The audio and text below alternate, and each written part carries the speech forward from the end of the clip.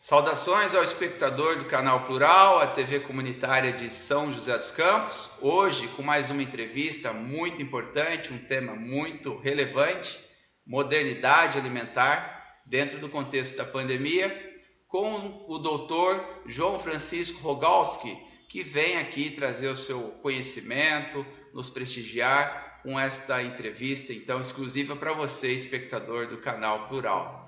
Tudo bem, doutor? Tudo bem, Emerson? Uma boa tarde para ti, para os espectadores do Canal Plural. É um privilégio estar podendo participar do teu programa e falando para os teus espectadores. Tudo bem. Obrigado, doutor, mais uma vez, reforçando por estar aqui conosco. A TV comunitária, né, de São José dos Campos, o nome já diz, ela é comunitária, ela é feita por voluntários e por pessoas que se dispõem a dar o seu tempo e uma entrevista, então, para nós, né, e gerar conteúdo para a população. Então, muito obrigado e vamos então conversar sobre esse tema, modernidade alimentar. Mas antes, doutor, se você puder fazer um breve resumo, né, da tua carreira, do teu perfil, da tua trajetória até esse momento, nós agradecemos. Olha, falar da gente é sempre um pouco delicado, né? Mas eu sou advogado empresarial, eu sou consultor de negócios, já estou completando agora, no próximo ano, 40 anos de profissão, e este é o meu meio de vida. E eu tenho outras coisas que eu gosto na área da filosofia, da teologia, de pesquisas, de estudos que eu faço. E, então, eu sou um pesquisador, gosto muito do conhecimento, de adquirir conhecimento, né? E eu gosto também de passar os resultados das minhas pesquisas para a população, para as pessoas. Então, eu escrevo muitos artigos, livros, eu tenho cerca de 10 livros publicados e muitos livros, inclusive, eu faço doações desses livros a quem se interessa pelos temas, porque o objetivo é difundir o conhecimento, não tem fins lucrativos a minha atividade literária. Então, basicamente seria isso. Tá certo, doutor. Então vamos adentrar esse assunto, modernidade alimentar, o que o doutor estudou e vai passar hoje de conhecimento para o nosso espectador. Um assunto esse que é bastante relevante na medida, então, que a população do mundo cada vez aumenta mais e os nossos costumes também, né, estão cada vez mais diferentes. Sim, dissestes muito bem, a população mundial aumenta cada vez mais, há perspectivas aí, há muita divergência de números, mas assim, uns dizem que chegaremos aí num breve, num futuro não muito distante, chegaremos a 10 bilhões de pessoas, né? Há outros que dizem que até 2050 seremos 25 milhões. Enfim, não se sabe ao certo, mas que está aumentando, está aumentando. E o mundo tem fome. E nesta pandemia aconteceu um fenômeno que pode ser explicado por algumas razões conhecidas e outras nem tão conhecidas assim, que houve um aumento enorme do consumo de alimentos, principalmente a partir de março deste ano.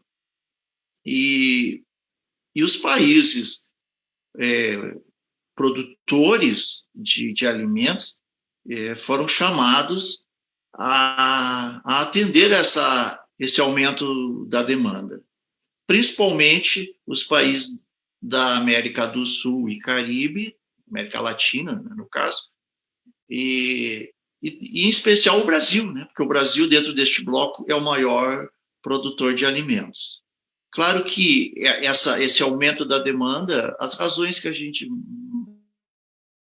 conhece, são a necessidade de que outros países que não têm uma produção de alimentos que atenda à sua demanda interna, então eles importaram muito alimento para reforçar seus estoques estratégicos E até mesmo as famílias, no primeiro momento, se assustaram, fizeram estoque de alimentos, até se comentou muito, né, o estoque até de papel higiênico e coisas do gênero. Mas eu acho que não há motivo para tanto pânico, não há motivo para tanta correria, porque, como eu disse, a América Latina, o Caribe, em especial o Brasil, são grandes produtores de alimentos e nós estamos prevendo aí, para o ano que vem, uma super safra recorde, como nunca antes o Brasil produziu. Interessante, doutor. Mesmo com essa super safra, a gente percebe, né, o consumidor percebe que o preço está aumentando em função muito do que o doutor disse, né, da grande demanda que teve por conta desse espanto, por conta da pandemia. Mas pensando no médio prazo, essa demanda, né, por alimentos, a gente sabe que hoje o problema grande é a distribuição, né, porque produção temos bastante no mundo, a distribuição que acaba sendo um gargalo. Com a chegada desta pandemia, né, dessa nova forma, vamos colocar assim, de organizar as operações comerciais, o doutor consegue prever algum impacto que possa ter na questão então da distribuição e o preço ainda continuar aumentando do alimento, mesmo com super safras que se promete ter? Sim, Emerson, novamente tu abordaste uma coisa muito séria e muito verdadeira, a questão da distribuição, principalmente o Brasil tem graves problemas na área da logística, na área da infraestrutura, nossas estradas, portos e aeroportos são ruins, nossa capacidade de armazenagem não corresponde às nossas necessidades, nós temos inclusive uma perda, um desperdício de alimentos imenso. Eu já li autores que sustentam tipo o que o Brasil produz, metade seria desperdiçado. Não sei, não tenho elementos para dizer se esse argumento é verdadeiro ou não. Porém, a gente tem absoluta certeza que o desperdício é enorme no Brasil. E eu cheguei, inclusive, a lançar agora há pouco tempo, em Fortaleza, uma proposta de se criar um comitê internacional de ajuda humanitária aos países pobres da África, e para que o Brasil colaborasse e até mesmo liderasse o Brasil, só com essa coisa que é desperdiçada, esses grãos, esses alimentos, que nós não temos silos para guardá-los em suficiência, que pudéssemos doar esses alimentos para os países pobres africanos, especialmente destinada à merenda escolar desses países. Então, tu falaste uma coisa realmente que é preocupante, é grave, essa questão da distribuição e da infraestrutura deficitária que nós temos no Brasil e acredito também que nos demais países produtores aí da América Latina e Caribe. Um problema que se tem enfrentado com o advindo da pandemia é a exportação também desses alimentos, né? No caso, a gente já teve aí notícias que aconteceu da China mesmo embargar, né, a exportação, por exemplo, de frango, que chegou na China e olha, tem coronavírus aqui no teu produto que chegou, depois de peixe. Então, para além da dificuldade que o mundo enfrenta na ordem da distribuição do alimento, né? Ou seja, fazer com que a produção chegue principalmente àqueles que mais necessitam, também temos agora essa questão de um vírus altamente infectante, né? E que pode ser transportado, pelo que tudo indica, né? Não tenho certeza disso, nos alimentos. Esse tipo de situação deve mudar substancialmente a questão da alimentação no mundo? Olha, essa questão que tu colocas é tão complexa, mas tão complexa, nós precisaríamos aí de vários programas para a gente destrinchá-la. Mas, assim, primeiro, eu não creio, e não ficou comprovado, essa acusação da China não se comprovou, não creio que o alimento, o vírus que eventualmente possa existir no alimento, que ele chegue ao ponto de impactar em outros países, porque o vírus ele tem uma vida curta, e ademais o cozimento do alimento eliminaria o vírus. Então parece que esse argumento aí ele faz parte de um conjunto de ataques ao agronegócio brasileiro, com interesses, não se sabe bem com qual finalidade, mas a gente, num primeiro momento, dá para supor que sejam interesses econômicos, interesses competitivos, né? Porque a União Europeia, por exemplo, ela utiliza aí em torno de 45% a 60% do seu território para agricultura, mas assim, pequenas propriedades, pequenos agricultores, e eles não são competitivos, eles têm um preço muito alto, e então eles tentam dificultar o agronegócio brasileiro para vender os produtos deles.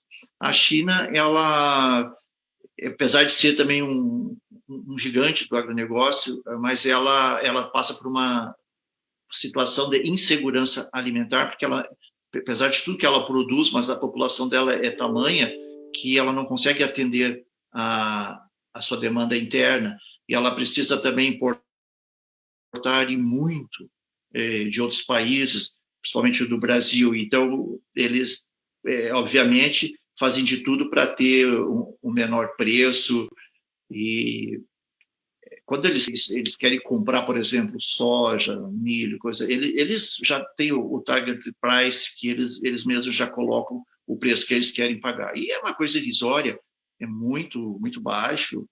Então, tudo são maneiras, eu creio, de dificultar as nossas exportações, porque nós temos produtos de qualidade, os produtos brasileiros e da América Latina e Caribe são produtos de qualidade, nossos preços são bastante competitivos, e veja que América Latina e Caribe são responsáveis por 50% da exportação mundial de banana, de açúcar e de outros alimentos. Então, esses países que têm insegurança alimentar, que estão numa situação delicada, eles tentam, então, fazer esse tipo de campanha para forçar a queda dos preços dos produtores.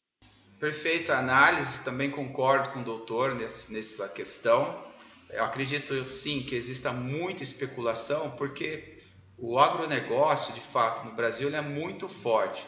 E ainda com uma vantagem, né, que se a gente for pensar, é que o Brasil ele não dá muitos subsídios também.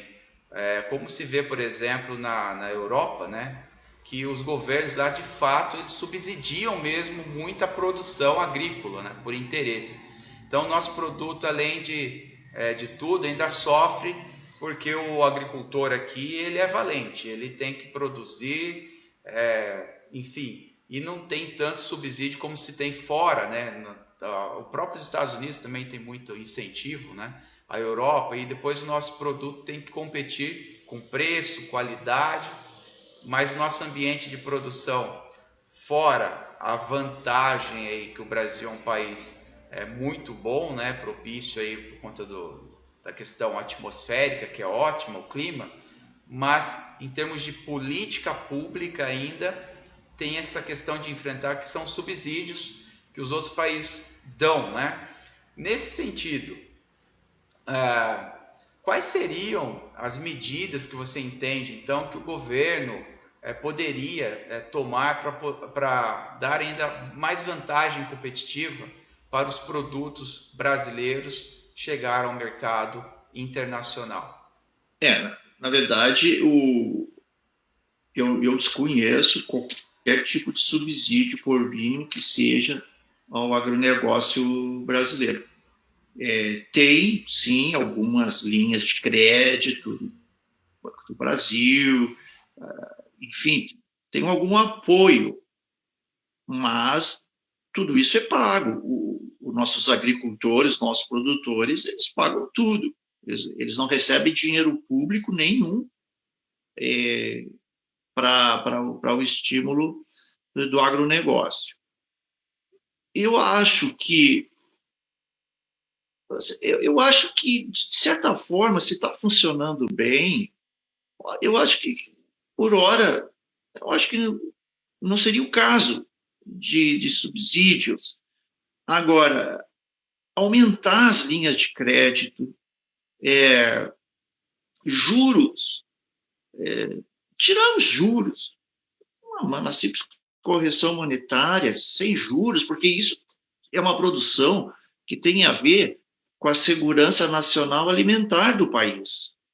Então, acho que não teria que cobrar juros, acho que seria uma grande ajuda se o governo estabelecesse linhas de crédito para os bancos, através do BNDES, através do Banco do Brasil, e ampliasse o crédito e também a base, porque os pequenos agricultores, a agricultura familiar, eles têm dificuldade de acesso ao crédito. Então, eu acho que está faltando essa compreensão das autoridades no sentido da importância estratégica e política e geopolítica do agronegócio brasileiro. Não simplesmente um negócio em si, mas ele tem todo um reflexo político, todo um reflexo, inclusive, o agronegócio é que tem segurado o país nos últimos anos, que se não fosse o agronegócio, a nossa situação aqui já teria passado do fundo do poço há muito tempo. Então, realmente, eu acho que ampliar o crédito, as linhas de crédito, e tira os juros fora. Deixa só a correção monetária, a perda inflacionária. Eu acho que isso aí, por enquanto, já seria de bom tamanho. Perfeito, concordo. Pensando um pouquinho agora em termos de produção em alta escala, né, que é o que a gente está conversando aqui, a gente percebe que existe um movimento também das pessoas buscarem a origem, ou seja, uma alimentação mais próxima do natural possível, né? Isso vem por conta de um estilo de vida, um conceito, uma inteligência que se tem maior hoje em termos do quanto é importante aquilo que a gente ingere, né, para a nossa saúde. Então, dentro desse contexto, esse paradigma, né, vamos pôr assim, de um lado, uma corrente mais natural, da forma de se alimentar, com orgânicos, com produtos biológicos, né, e que cada vez mais vai ganhando aí a prateleira dos supermercados também e com um preço diferente. E do outro lado, um outro paradigma, que é essa produção em alta escala, eficiente, né, que faz uso, sim, de fertilizantes, de combatentes também. Esse equilíbrio dessas duas balanças, qual longe o Brasil, então, olhando primeiro para nós, estamos, né, desse equilíbrio, ou esse equilíbrio, na tua opinião, pelo menos, já é harmônico, ele já existe? Olha, o nosso produtor rural, vamos dizer assim, aquele produtor que opera numa escala de produção mais ampla, que ele investe alto em tecnologia. A tecnologia no campo hoje aqui no Brasil, o Rio Grande do Sul desenvolve muita tecnologia nas universidades, nas academias. Então, o produtor sabe das tendências de mercado, ele investe muito alto e então ele tem essa preocupação de atender sua clientela, de atender ao mercado da melhor maneira. Então, a gente observa que até mesmo a criação das novas tecnologias, o preparo das sementes, tudo isso, no sentido de criar mecanismos naturais ou descobrir ou desenvolver mecanismos naturais para enfrentamento de pragas e outras circunstâncias, e ficando cada vez menos dependente do defensivo agrícola, do agrotóxico, Então, eu acredito que até uma questão de bom senso, de inteligência dos produtores irem paulatinamente trilhando este caminho do alimento mais saudável, do alimento sem veneno, enfim. Então, eu acho que isso é uma questão que vai, é natural, até porque os países que compram, que importam nossos alimentos, eles também estão exigindo cada vez mais um alimento de melhor qualidade. Então, eu acho que isso é uma questão que vai cada vez mais assumir uma proporção, vai se ampliando, e nós vamos caminhando a passos largos para uma agricultura, eu acho que num futuro não muito distante, uma agricultura, aqui pelo menos no Brasil, uma agricultura bem saudável, a produção de produtos bem saudáveis. Ao menos é que eu espero, e pelo menos é o que eu vejo, pelo menos aqui no Rio Grande do Sul, é essa tendência. Perfeito. Extrapolar um pouquinho agora para outros países, né? Países que estão em situação, obviamente, bem inferiores assim, em termos de desenvolvimento humano, né? Os países da África, alguns países da Ásia. Falando da África, né? Por exemplo, vamos olhar para Angola, né? Que é um país irmão da língua portuguesa também, que é um país que exporta petróleo, né? Em termos da sua principal atividade econômica, além de mineração, alguma coisa no lado do diamante, mas a gente sabe que é um país que passa por uma dificuldade muito grande, tem uma área territorial dentro da África grande, tem boas condições, né? Mas a questão alimentar lá ela é muito ainda deficitária em vários aspectos, né? Primeiro porque eles importam basicamente tudo, né, em função de ser uma economia aí dependente do petróleo.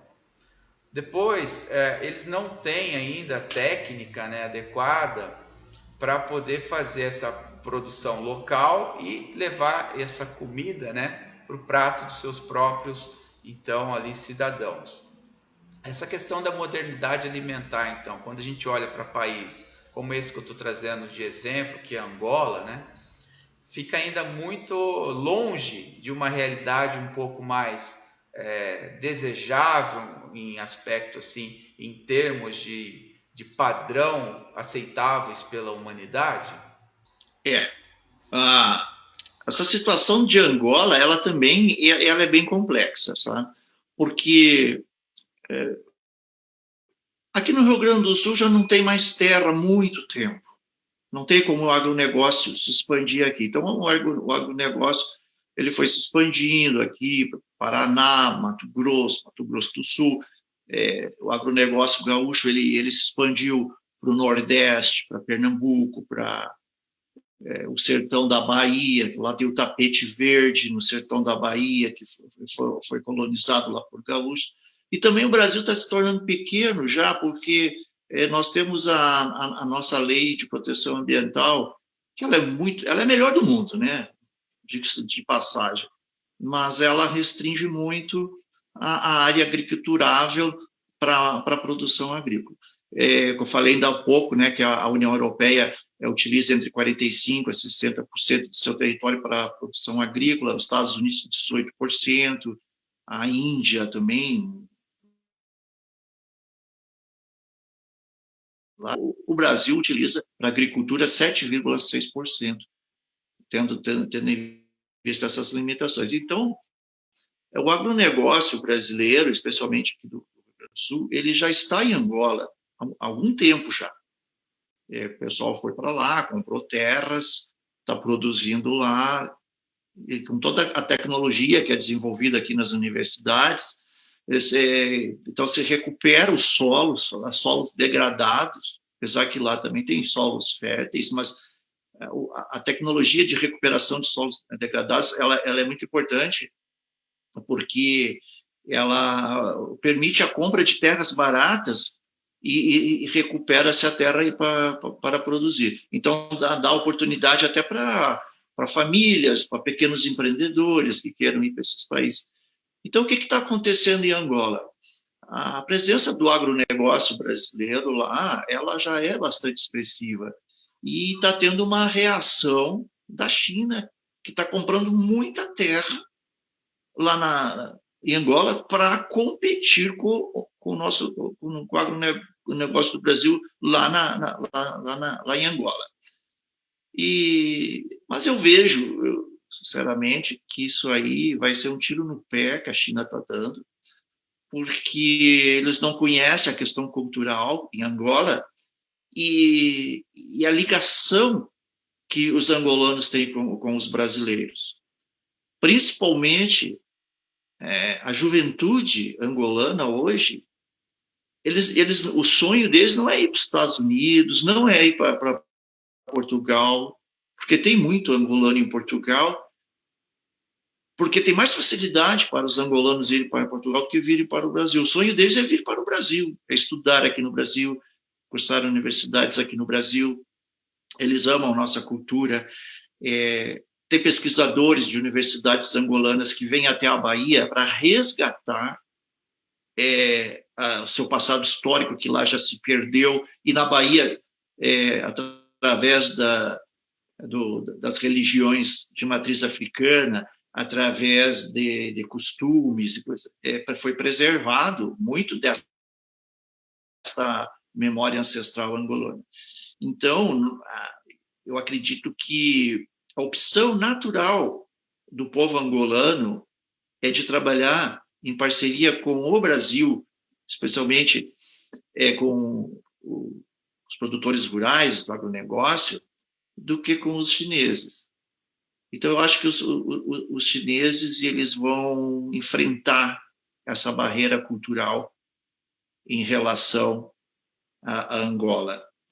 E o Brasil pode contribuir muito, como eu disse antes, principalmente com os programas de alimentação escolar, a merenda escolar, não só em Angola, como em outros países, canalizando para os países doações do que é desperdiçado aqui no Brasil. E até mesmo os brasileiros que estão trabalhando no agronegócio lá em Angola, eles poderiam muito bem também doar uma pequena parte da sua produção, já que estão sendo recebidos e muito bem recebidos naquele país, sendo tratados como verdadeiros irmãos, e não devem ficar indiferentes ao sofrimento, especialmente das crianças angolanas que estão em fase de crescimento, em fase de aprendizado. Eu tenho batido muito nessa tecla em todas as palestras que eu faço. Ao concluir a palestra, eu sempre bato nesta tecla.